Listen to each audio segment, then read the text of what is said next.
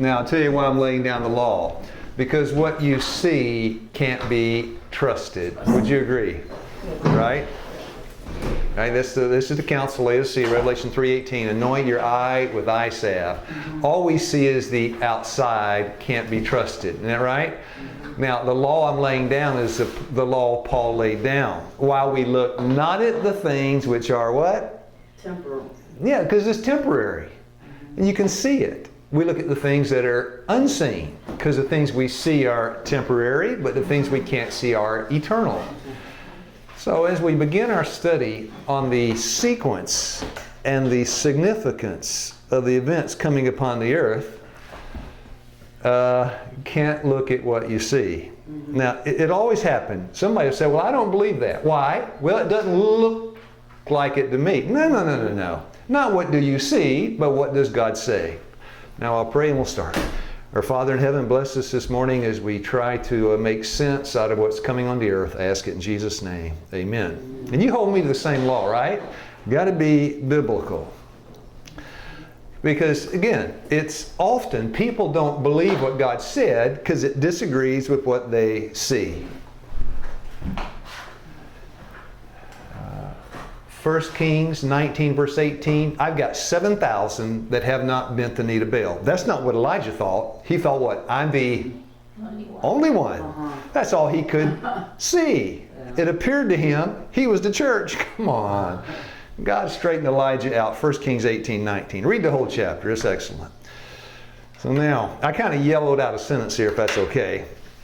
It was at this critical time in the history of the church John was sentenced to banishment. Now wait a minute, James and Peter and all these guys have been murdered. All the apostles have been martyred. Now it looked like John was going the same direction. It appeared the church was about to what? Fall. That's right. Never had his voice been needed by the church as now. Nearly all his former associates in the ministry had suffered martyrdom. The remnant of believers was facing fierce opposition to all what? Outward appearances that appeared what? The day was not far distant when the enemies of the church of Christ would triumph. Hey, repeat, Elijah, this looks like they've triumphed. It looks like the church is going to fall. But, read the rest of it. But the Lord's hand was moving unseen in the darkness in the providence of God. John was placed where Christ could give him wonderful revelation of himself and of divine truth for the enlightenment of the churches. Oh, the Lord's hand was moving unseen where? In the darkness. Is his hand still moving unseen in the darkness? Yes. And the definition of unseen means you can't see it. So it's like you look at somebody, here's a man, looks like a pimp, right? Don't know anything about his heart, true? Mm-hmm. Yeah. Another woman, she looks like you can't tell anything about the outside. Isn't that true? Mm-hmm. Remember Samuel? Mm-hmm. You look at the outside, but God looketh upon the heart. Okay, now, here we go. So you gotta be not what you can see. Mm-hmm. Who are the remnant? That's the title today. Sister Mara, I got a title today. Sister Aisha, that's the title. In fact, I'm going to try to start coming up with one. Question is, where is it? What is it? Who is it? The class today, who are the remnant? Now, this is rhetorical. Do not answer. Or no, forget that. Let's say we go into the Waynesboro church, any church. You got, 50, 60, 70, 80 people.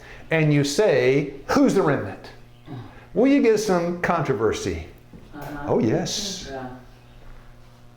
So we were trying to weed controversy out. 1 Timothy 3:14. Now, this, of course, is in the days of the Apostle Paul. You're looking for God's church on earth. You're looking for the remnant.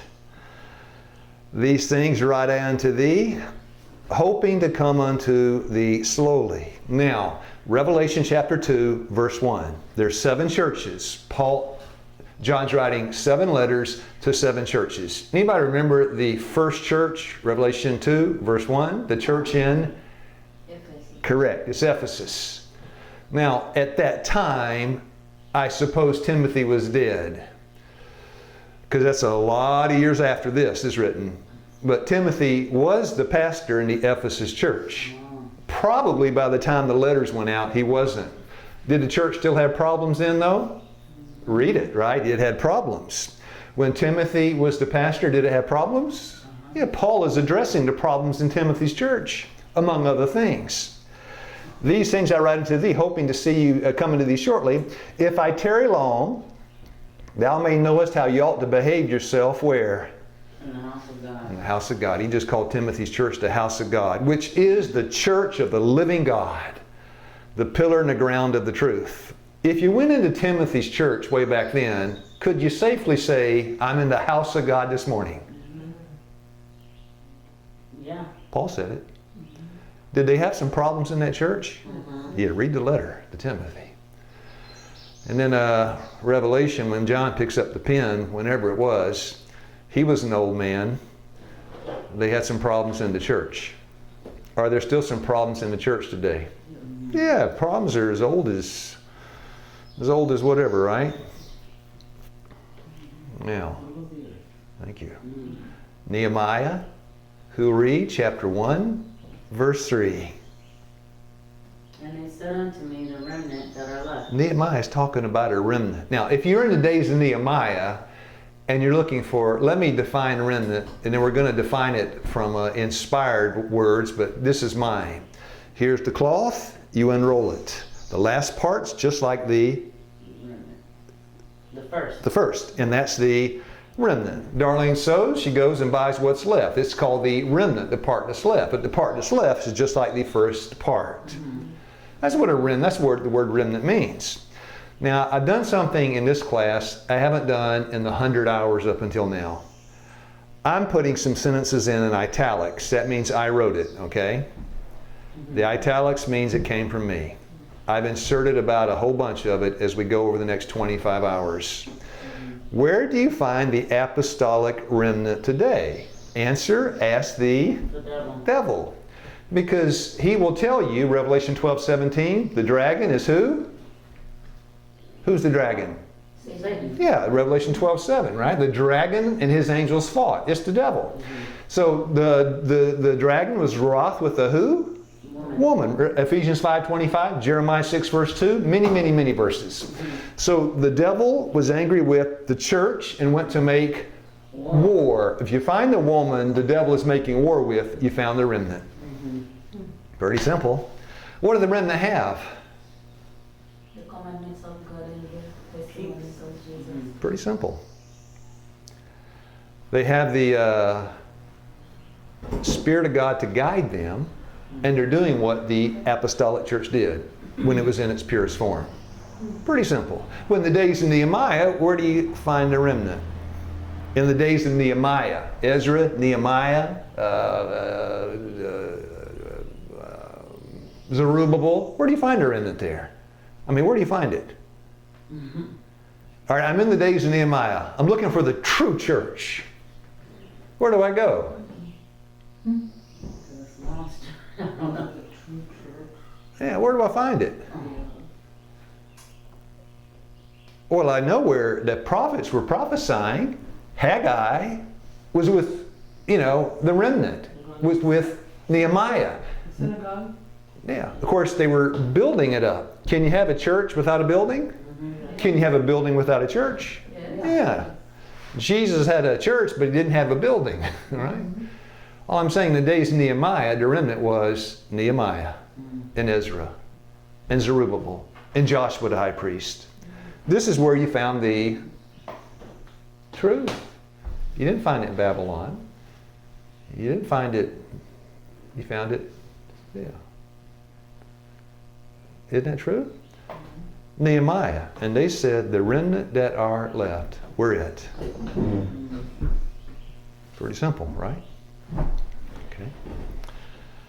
Now, what is her?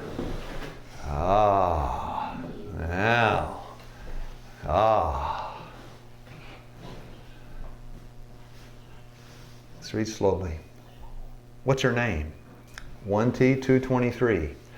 I was shown in regard to the remnant people of God taking a name. Oh, the remnant's about to do what? Take a name. Wonder what kind of name the remnant should have. No name which we can take will be appropriate, but that which accords with our profession and expresses our faith and marks us as we're different. What makes the worshipers of God different? Peculiar. What kind of name does a people like that need?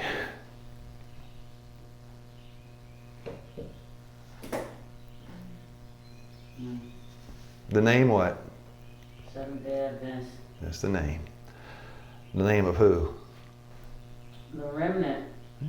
The name Seventh-day Adventist is a standing rebuke to the Protestant world. Here is the line that this marks the difference. This is the line of demarcation, the line of distinction. On this side, you've got Babylon. On this side, you've got the remnant.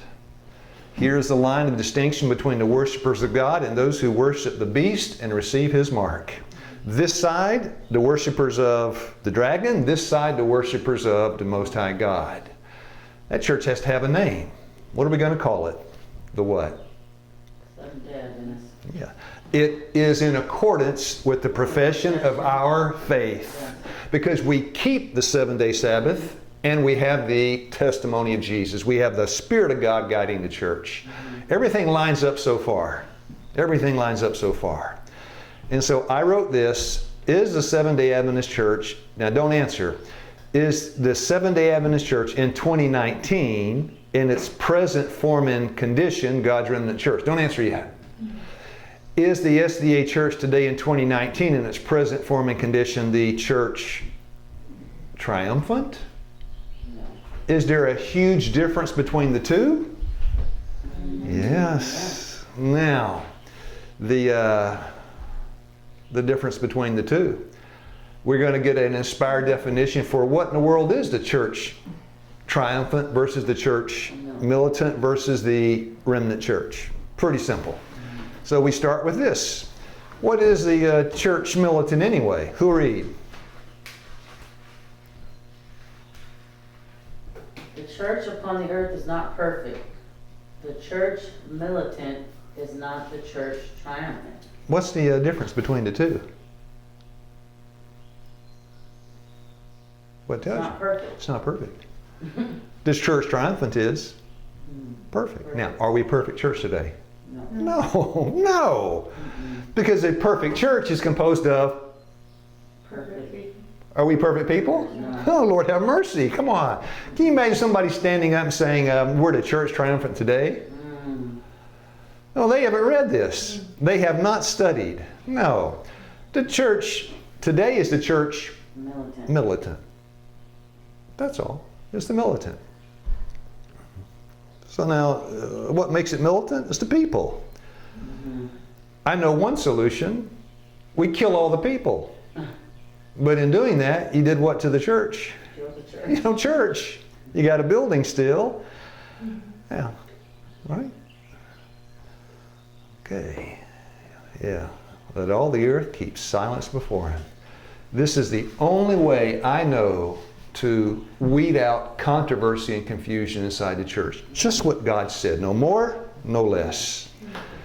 Heavenly Places, page 290.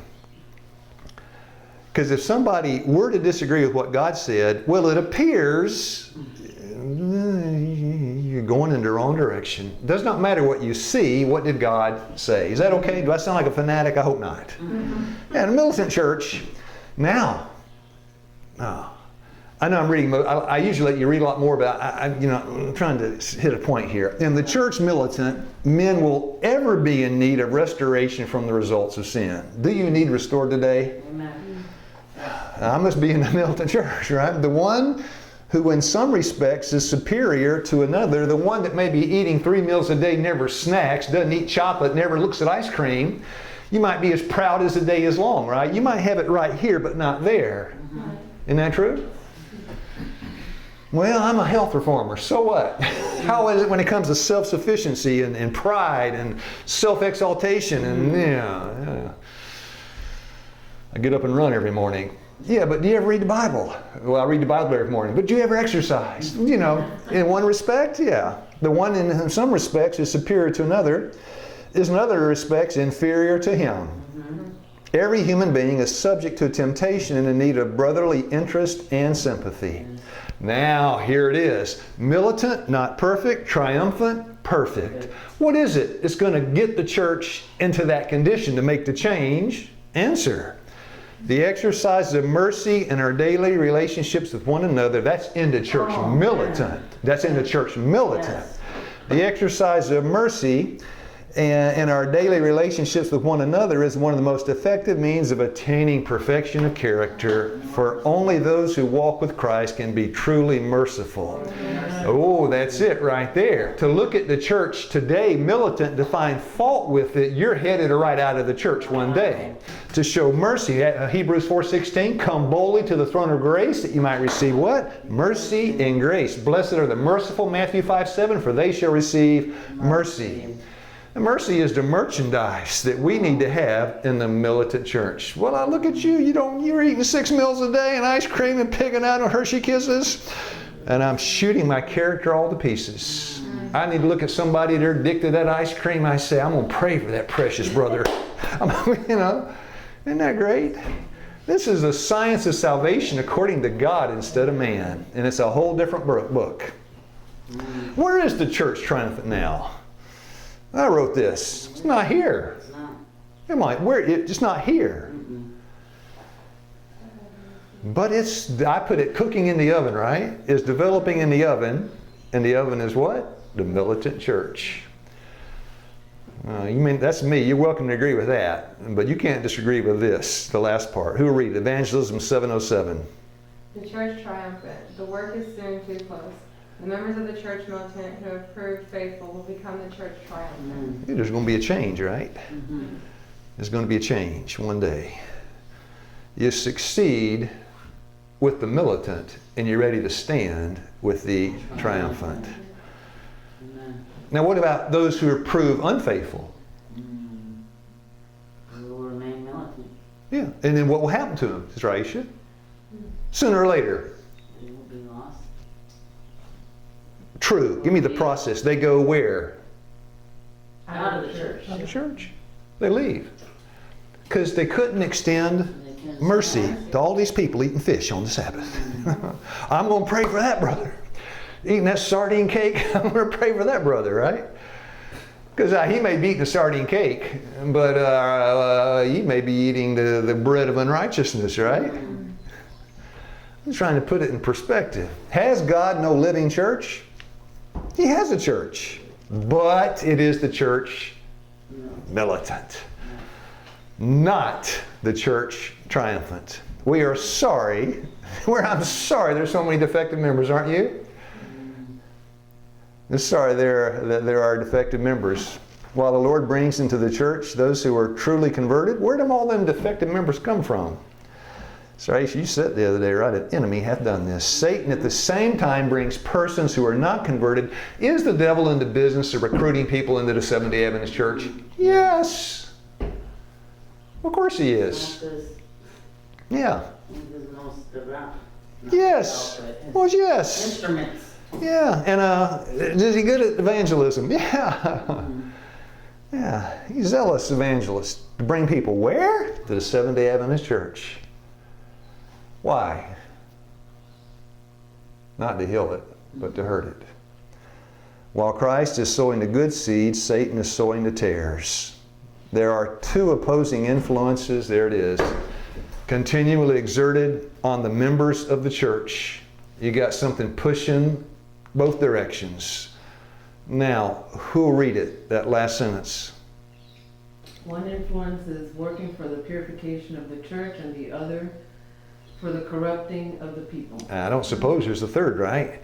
You work into, here's a problem, somebody's got a problem, and everybody does. Are you working to heal or to hurt? You know, here's somebody weighs 300 pounds. I used to be fat like you. Do what I do and you could look like I look. Oh, yeah. Right? Yeah. Yeah. By the way, never mind. People of God, that was a continuation. Where's that? Corrupting of the people. of the people, and the other for the corrupting of the people of God. Those who have any realization of what this warfare means will not turn your cannons on who? Church militant. So give me another word for that. Friendly. On your own. On your own. On your own. Let me look at somebody. There's Addie. Is she my own this morning? Yes. Okay. If I turn my cannon on her and she turns her cannon on You. and I fire away, what did we just do? Friendly fire. We destroyed Your own. each other. Each other.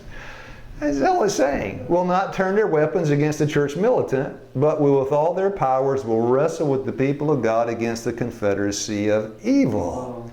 Then I wrote this part. What happens to those who prove unfaithful? He says you got to go out. What will it take? We're to it here. What will this take? Yeah, the tares are a great distraction in the church, but they don't have to be.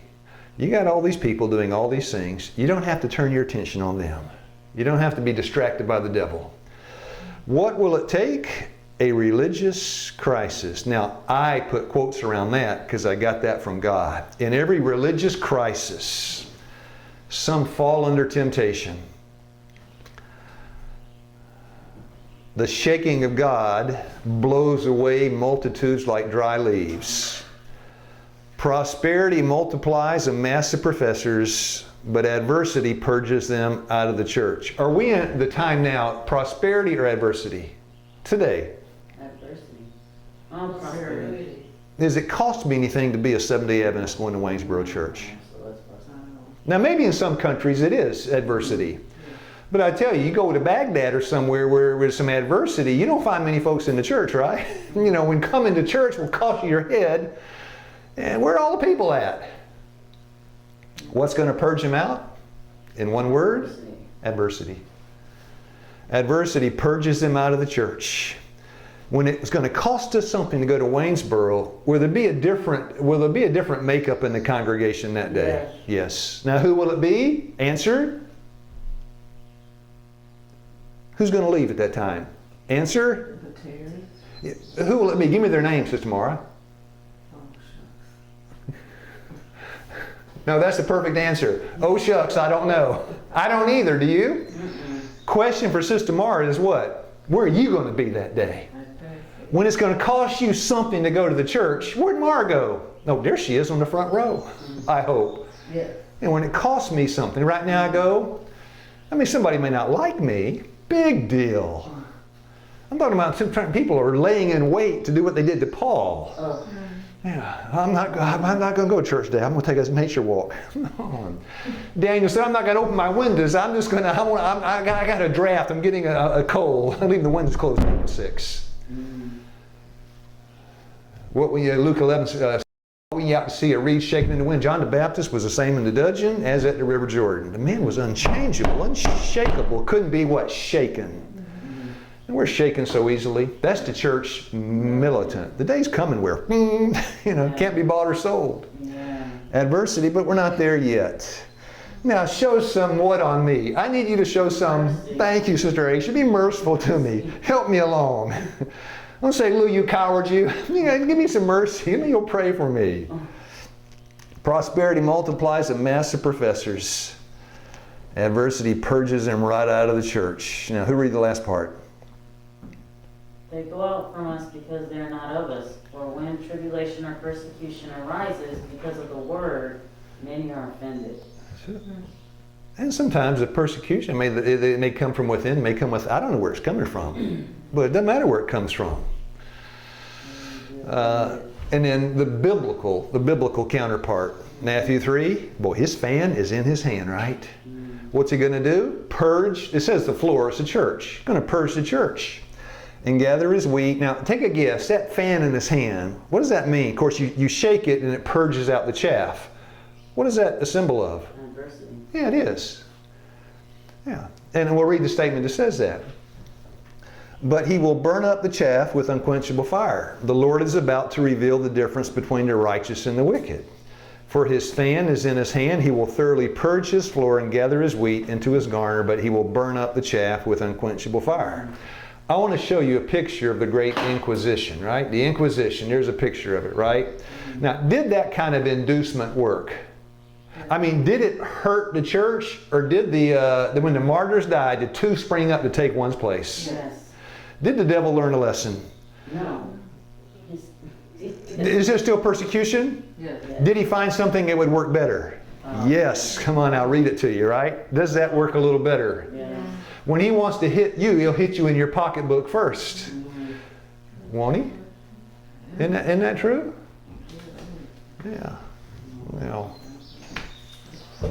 the world is the instrument that sifts the church and tests the genuineness of its members. The world holds out inducements that, when accepted, place the believer where his life is not in harmony with his profession. And in Revelation 13:17, and I'm not saying this is the only one, there are plenty, but who like to read?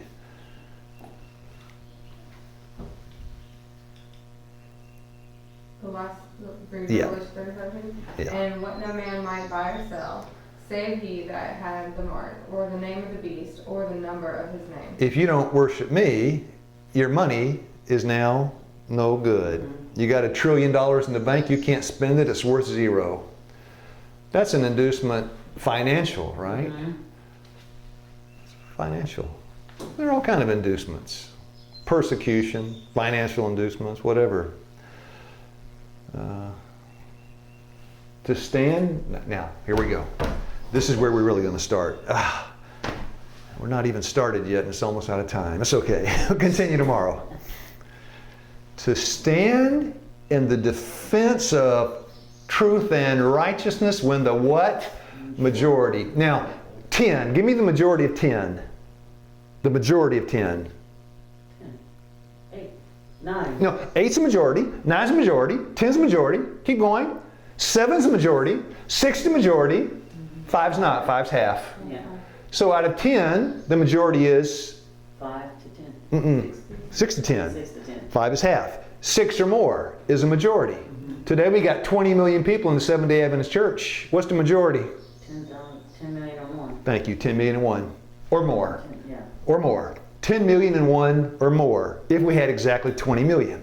Now, when 10 million people or more walk out of the church will appear as if she's about to what? Fall. Yeah. The majority forsake us to fight the battles of the Lord. What champions, where are they at? They are very few. This will be my test. At this time we gather warmth from the coldness of others, courage from their cowardice. When you see apostasy in the church, rather than weaken you, it strengthens you. The exercise of mercy in the militant church prepares you to occupy a place in the triumphant church. And the crowning work, when all the chaff goes out, what's it going to do for the truly converted person? Make you strong. Right? Courage from their cowardice and loyalty from their treason. But I wrote that. You don't learn it then, you learn that now. Looks like the church is going to fall apart during the ordeal, doesn't it? Yeah. But the ones that are left behind, that's the true life. That's a real left behind.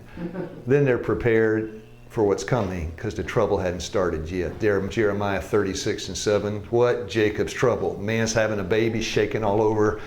Jeremiah says, that is the time of Jacob's trouble. Hasn't come yet. We'll get to that later. The ordeal of the sifting time. Now, somebody read the first 2 sentences. Ordeal of the sifting time. Satan will work his miracles to deceive. He will set up his power as supreme. Keep one more sentence. The church may appear as about to fall, but it does not fall. It remains while what? Sinners Are sifted out. There goes the chaff. His fan is in his hand. He's going to purge the floor. What will he use? Persecution. I don't know all the different things.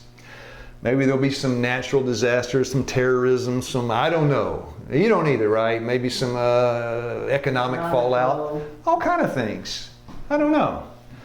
But it's going to be trouble. The church may appear as if about to fall. What, a majority forsake us? Champions are what? Few. While the sinners in Zion will be sifted out, the chaff separated from the precious wheat. Now, is it already started? Do you have people leaving the church and then they tell you, you ought to come with me?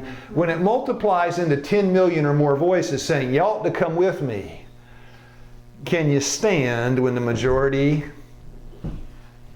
fall?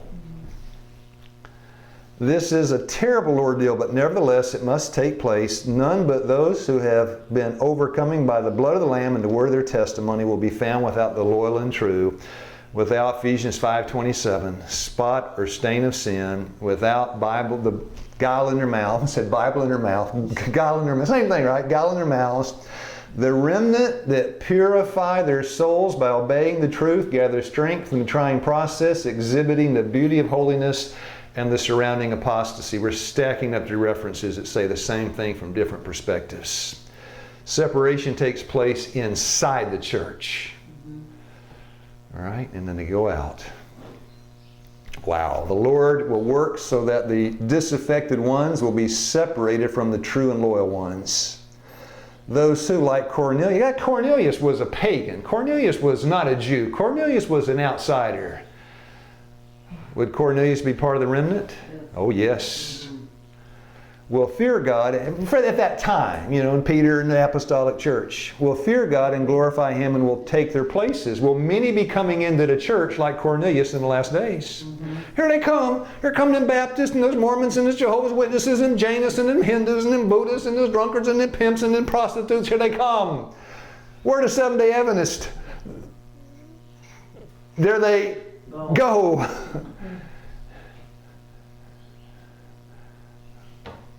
The ranks will not be diminished. Those who are firm and true will close up the vacancies that are made by those who become offended and apostatized. Yeah, what an ordeal that will be. We call it the sifting and there's a great exodus outside of the church. The majority go out, and there's a great ingathering into the church. Pretty simple stuff. That He might present it to Himself, because when He comes, it will be a glorious church, right? To Him that is able, Jude 24, to keep you from falling and to present you faultless. A glorious church, not having a spot or a wrinkle or any such thing. People that say the church is never going to be perfect, they've not read these statements. There are hundreds. There are 50 Bible verses, point blank saying, go and sin no more, John 8:11. And they haven't been reading. They've been looking at appearances. Well, he falls and I fall and they fall and we fall and fall and fall and fall and fall and you're looking at the wrong thing. Not what you see, but what God said. Not having a spot or wrinkle or any such thing, but that it should be holy and without blemish. Now, what's the name of this remnant church? Seventh-day Adventist Church. Well, it doesn't look that. Don't bring that. Of course it doesn't look that way. It's the church militant. It ought to appear as if she's about to fall. But the day is coming. The time is not far distant. Another way to say it, the day is coming when the test will come to every soul. The mark of the beast will be urged upon us. The contest is between the commandments of God and the commandments of men. In this time, the gold will be separated from the dross in the church. Inside the church, chaff like a cloud will be borne away in the wind, even from places where we see only floors. Now, wait a minute here. Now, wait a second. They got a zealous church over there up in in Holy Bobo, Utah. They got a zealous church. In Oklahoma, they got a Righteousness by Faith church. You mean tell me that nobody's going to be saved over in that church? It's possible, right? Because you can't tell by what? Look, yeah, you can't tell. Waynesboro looks like a pretty nice church, right? By the way, that's where we go to church, Waynesboro. Waynesboro looks pretty nice, right? What Waynesboro looks doesn't mean a thing. What happens when the adversity hits? Then you go to church at Waynesboro and you see, right? That's it. Until then, you don't see. I have a question. Yes, ma'am.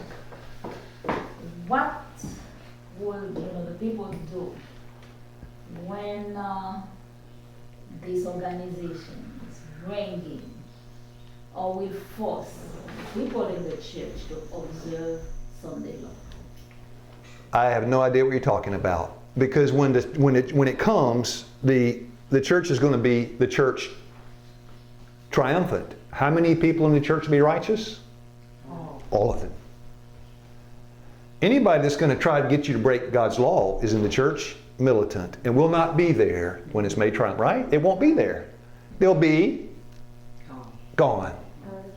Purged out. Already sold everything to. Well, of course they're sold out now. We're in the church. Militant. They won't be there then. If you can show mercy and plead and pray for those around you, when they go out, it'll make you even They stronger. will be persecuted. Oh, they're going out. Don't you worry. They're going out. Persecuted. They will be the one who persecuted the children of God. No. You're mixing militant and triumphant. Militant, you got persecution, you got backbiting, slanders, gossip, you got all kind of stuff in the church. It's militant. The day is coming where what? All that's going out. And God's people will be left behind, without wrinkle and without spot, to him that is able to keep you from falling. It's the church militant today. You believe that, right? Look in the mirror. It's not triumphant yet. But can you believe the promise that God one day will do it? Yes. That's what they teach. The church can't be perfected. God can't do it. We don't teach that here because the Bible doesn't say it. But it looks like, You trust in what you see and you'll fail. Because how many forsake us? The majority. Champions are what? Few. They're going out. God's going to take care of those problems. Now, who are the problems? You can't see them. You don't know who they are. Because the last sentence, we see only floors of what? Rich wheat. He looks faithful. He's going to stand. You don't know anything. He looks like a corrupt whatever. You don't know. Peter denying his Lord, he's lost. No, he's on the way to being saved. You just can't see as to walk the journey, but the day is coming where it's all going out. If you can believe what we're reading this morning. You can see who. You can see, don't look at what you see. Don't look at what you see. You can't trust what you see. You'll be deceived. Your opinion, you're just as flawed. God told Samuel, 1 Samuel 16:7, you can't see like I see. I believe what I'm reading. This is what keeps me in the church. I'm waiting for the day, right? There is no need to doubt, to be fearful, the work will not succeed. God is at the head of the work. He will set everything in order. If matters need adjusting at the head of the work, or the tail, right? Yes.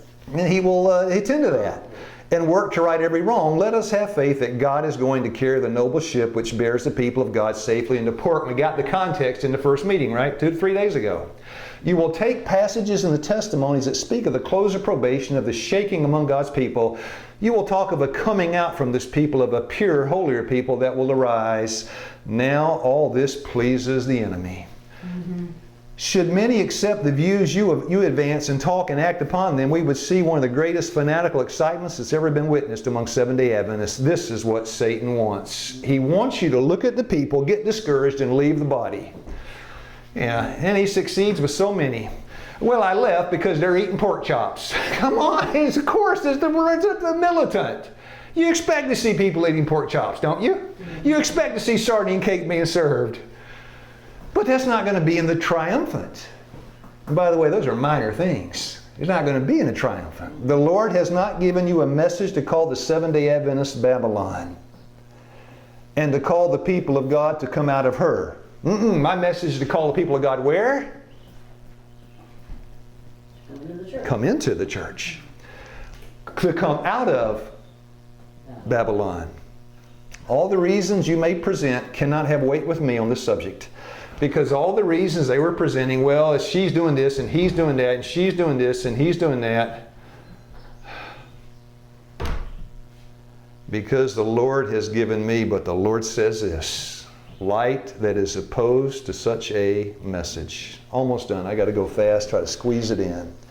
I know the Lord loves His church. It is not to be disorganized or broken up into independent atoms. How can he love a militant church? I know. How could he love you? Yeah, how could he love you? Fill in the names. How could he love Chrissy? How could he love Addie? How could he love people like that? How could he love Lou Keith? Come on, what's the answer? Aren't you glad that he does? But you're militant. You're militant. Well, he loves me anyway. This is not the least consistency in this. There is not the least evidence that such a thing will be. I warn the Seventh-day Adventist Church to be careful how you receive every new notion of those who claim to have great light. The character of their work seems to be, and that's it, Revelation 12:10, to accuse the brethren. He does this, and he did that, and she does this, and she said that. They persecute this, they uphold that. Doesn't matter what they're doing. They will go bye-bye when the persecution hits. They're gone. But if you can extend mercy and grace and plead, and you'll stay. Organization essential in the early days of the church. A lot of people don't believe in organization. As our numbers increased, it was evident that without some form of organization, perfect confusion. Now that's the beginning. Now the end. Will organization be at the end? And now in the last days, while God is bringing His children into the unity of the faith, there is more real need of order than at the beginning, than before. One more. Oh, how Satan would rejoice, and this is where we'll stop today. Satan would rejoice if he could succeed in his efforts to get in among the people and disorganize the work at a time when thorough organization is essential, and will be the greatest power to keep out spurious uprisings and to refute claims not endorsed by the Word of God. Some have advanced the thought that as we near the close of time, every child of God will act independently of any religious organization. But I've been instructed by the Lord that in this work, there is no such thing as every man's being independent. Now, can you see why we have to have the prophetic voice speaking in the last day seventh church? You have to. There are more ideas today. I mean, I get the DVDs, CDs, things in the mail. He'll read this and read that and read this, and none of them are written by God. It's all men's words. Well, where does this come from? And drop it into the trash can. Dear friends, I don't have time to read all these things men are writing. Do you? I don't care what. Well, I mean, you can. But I haven't even read. There's some books I haven't even read yet. I haven't even read Welfare Ministry. I haven't read the book yet. I got these books on my shelf I still need to read. Yeah. So now, let's conclude and make some an overview. The devil is trying to, this was the second hour, by the way. Sister Mara, I'm not okay, you're not okay, right? This is the second hour. Now, we take it, put it, apply it. The devil is trying to get you to look at who? Others. Others. And the Lord is trying to get you to look at who? 17:8 of Matthew, looking unto Jesus. The author and finisher of our faith. 17:8 of Matthew, they saw no man save Jesus. Hebrews 12:2, looking unto Jesus, the author and finisher of our faith. John 1:29, behold the Lamb of God. All these, keep looking at me, look at me, look at me, look at me. Don't look at who? Yeah. Because if I look at you, now, if I look at him, I compare myself to him. I come up how? To the standard. Yeah. But if I look at you, yeah. So, 2 Corinthians 3:18, and beholding, you are changed. Yeah. I try to not look at people around me and not look at myself. Either one is very discouraging. But if I look at him, it's helping me. So now, where's the remnant? Here. Church. But it's not the church. It is today the church, which means there's a whole lot of what in the church today? Problem. Yeah, sin, problem, whatever you want, problems. But the day is coming where things are going to be cleaned up. Because the tares are cleaned out. Boy, what's it going to look like then? That's what we're going to study.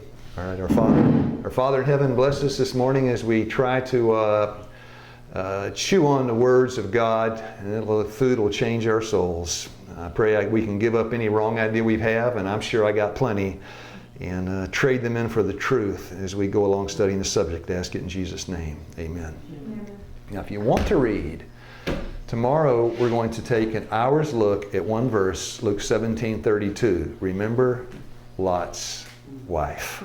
Jesus says, as it was in the days of Lot, it's coming again. And then Luke writes, remember Lot's wife. If you want to go back and read Genesis 18, if you want, Genesis 18 and 19, they're both good. You know, it's focusing on the story of Lot. That's what we're going to study tomorrow. Anyway.